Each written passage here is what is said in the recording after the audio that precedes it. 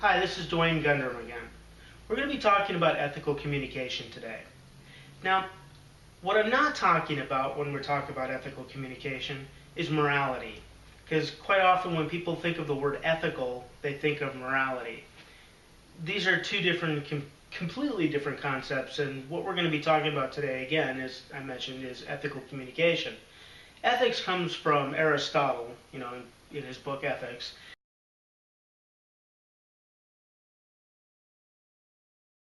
And what he was looking for in that particular book is, why do people actually do the things they do?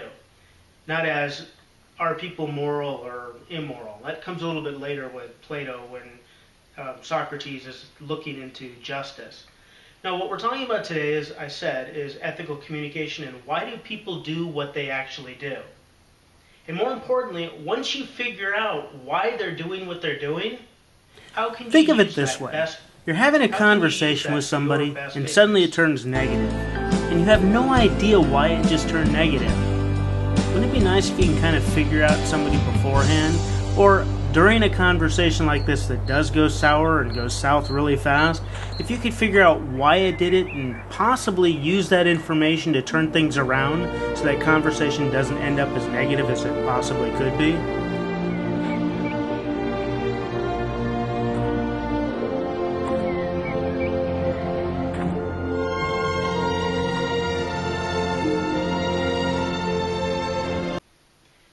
Think of it as a primer to be used to try to figure people out.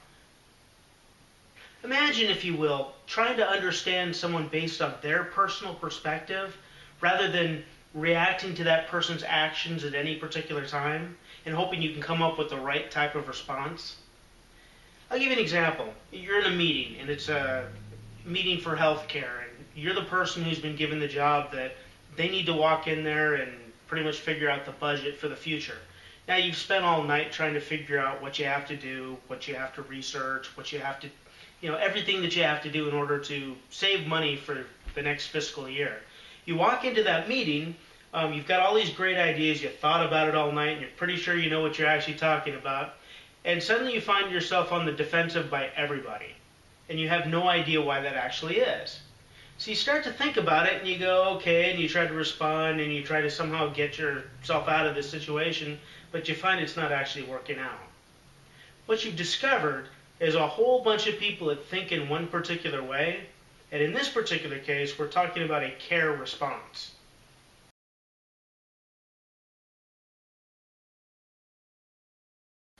So say next time you go into another meeting pretty much convinced, okay, I understood what happened last time, and I'm going to walk into this next one pretty much knowing what happened last time. And you happen to be meeting with a bunch of people, say, in the military, and you try using the same kinds of things that you've tried to figure out didn't work last time, but now might work this time because you're now compensating for what happened in that last meeting, and you suddenly find yourself on the defensive again. Well, what you found out is the people basically in the military don't always have the exact same kind of responses that people who have a care perspective might actually have, or the care response. And so they have what's actually called a duty response, which, if you think about it, it kind of equates to discipline and getting the job done. And so if you walked into that situation understanding that, then you might actually have had better results. Surprisingly, the kinds of things you went in with that first meeting probably would have worked a lot better in that second meeting. Are you starting to get the idea of how ethical communication kind of works? If you understand their basic paradigm of kind of where they come from, or where people generally come from, then things kind of work out a little bit better if you kind of deal with people on that nature. Now, do keep in mind, there is a kind of important nuance to this whole process that you got to kind of keep in mind as well. And that's the idea that not everyone always falls into that exact kind of response process. So just because you prepared for, say, a healthcare response with a bunch of people who are in healthcare, you may end up with a bunch of people in administration in healthcare who've been kind of out of that process for a while, to where that's not what they believe in anymore, or they may still believe in it, but there are other things that are more important. So remember, when you're dealing with these kind of responses, you got to make sure that you can't just stereotype the responses, but you've got to kind of know that's what's happening when you walk in there.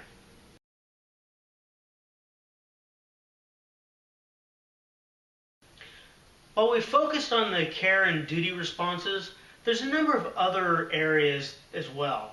Rather than just memorizing a bunch of different terms and trying to memorize that sort of thing, it's important to point out what's important in the bigger picture. And what's important in the bigger picture is knowing where someone comes from rather than what their particular perspective actually is.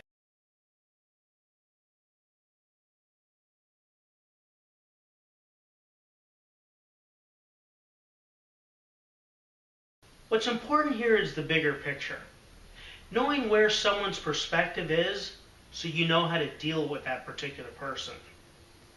If someone's basically based in their perspective on divine rights, and you realize that, you're going to know how to deal with them. Because no matter what happens, they're generally going to be focused on religion. Now, what that means is, and I need to point this out, is somebody who is focused on religion does not necessarily mean they're religious. And that kind of gets missed a lot of times. What that means is, like, say somebody like an atheist, and that atheist happens to be somebody who's constantly focused on religion or the lack thereof, that's their paradigm. That's what's important to them. That's what they're always going to be focused on. And that's what you need to know. Because if you know that, you're dealing with them on any other issue, and that's always the thing that they're going to come down to, well, then you know it, and you can deal with them in a better way. It's probably really important to point out that a lot of our international diplomacy is based on ethical communication. Think about that for a moment. When we deal with foreign nations, we tend to attribute a lot of our reactions to them based on how we perceive their paradigm to be. As such, we treat people from, like, say, the Middle East often under the paradigm of divine rights, convinced that that's how they must actually believe. Whereas there are certain countries in the Middle East that don't actually fall under that, but we still treat them that way. Like a country like Egypt. Egypt may have a divine rights segment to them, but mostly they tend to react as a duty concept country, which is a country that's under a military regime. Yet we still treat them as divine rights because sometimes we're not the best people to figure out what our perspective should be. I could get a lot more into detail here, but this really isn't a course on international relations or even on politics for that nature. But I just want to give an example of the different kinds of ways that ethical communication is used. So, if you understand where someone comes from, and you understand how that person thinks, you might have a better idea and a better way of actually dealing with that person on a personal basis. But the disclaimer, remember, you always have to understand the person a little better if you actually want to attribute paradigms to that person. In other words, just because you saw something one time doesn't necessarily mean they have that particular paradigm. That's why we generally make our mistake in international relations. Try not to do it yourself. Instead, get to know somebody. Talk to him or her. Because that's how you start to understand other people. And from there, you can use other tools like ethical communication to figure out how someone tends to be over time. After all, that's the reason we're here. We're social beings and we communicate with other people, and that's what we do to survive. Armed with the right tools, there's not a lot you can't do. I'm Dwayne Gundrum, and I want to thank you for listening to my little demonstration on ethical communication, and hope you join me again.